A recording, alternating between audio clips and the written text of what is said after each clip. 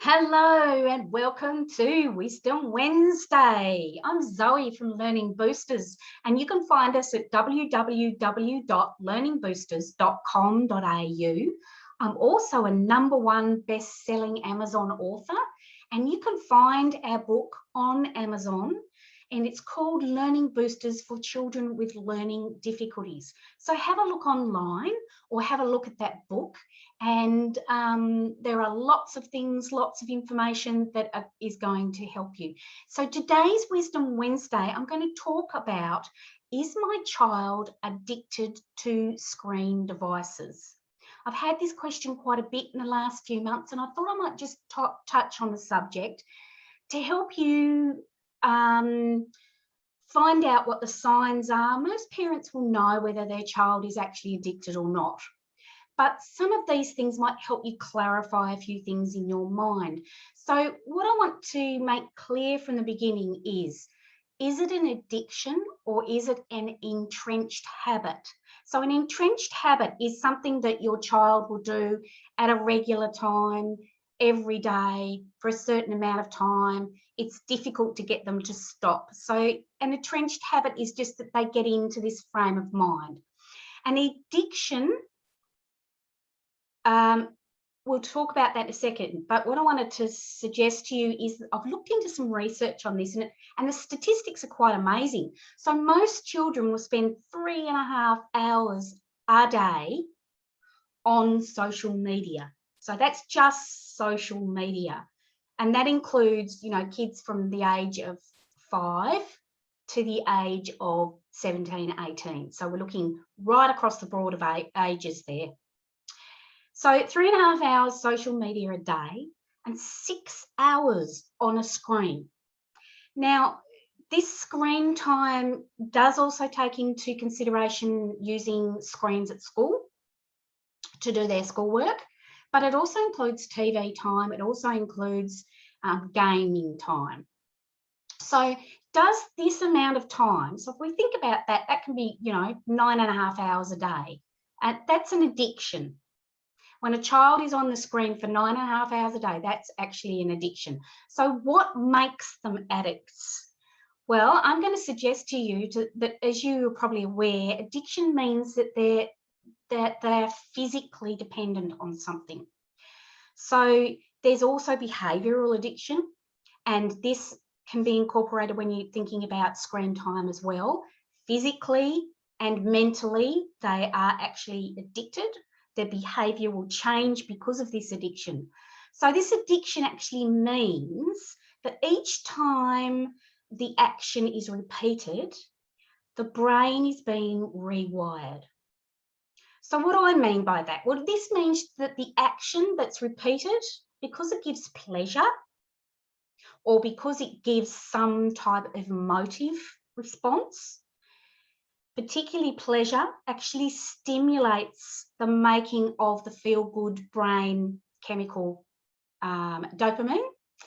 And so that makes them want to do it more and more. So that's like on their Facebook post, it isn't enough for them to get a like, or they want more and they need more because this dopamine is giving them the pleasure response, which is actually their in turn rewiring the brain.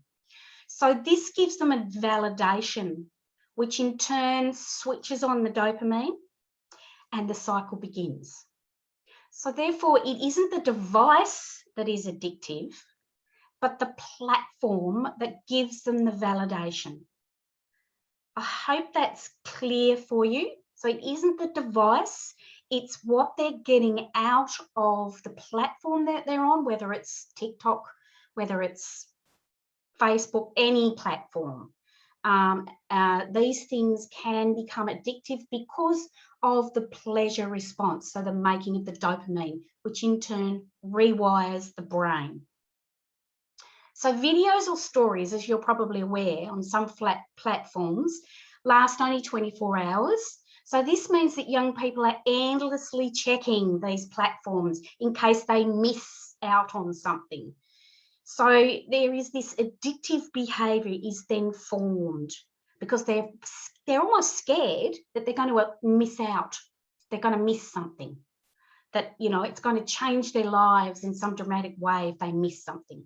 So that's where these videos and stories are quite dangerous, in that they last only 24 hours. And so they are endlessly checking to make sure they haven't missed anything. So as a child, their frontal lobes, where impulse control is formed, are still developing, even as young teenagers or middle-aged teenagers, like 18, 19. This frontal lobe is still developing. So this means that the child cannot control their impulse to check their device. Okay, they cannot control it because the frontal lobe, where impulse control is formed, is not yet fully formed.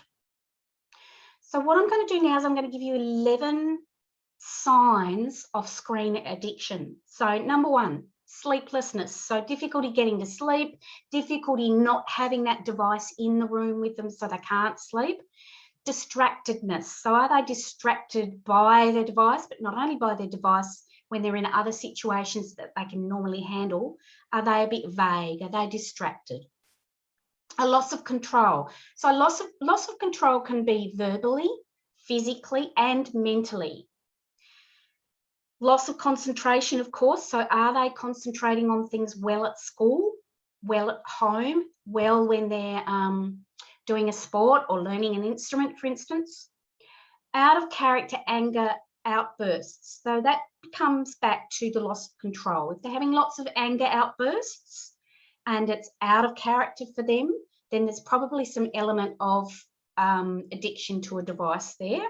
Switching between devices. So are they on their tablet or their iPad or something 1 minute, and the next minute they're on the phone, the next minute they're on their computer? So swapping between devices, or they're watching TV and doing something else. I know we all do it sometimes too.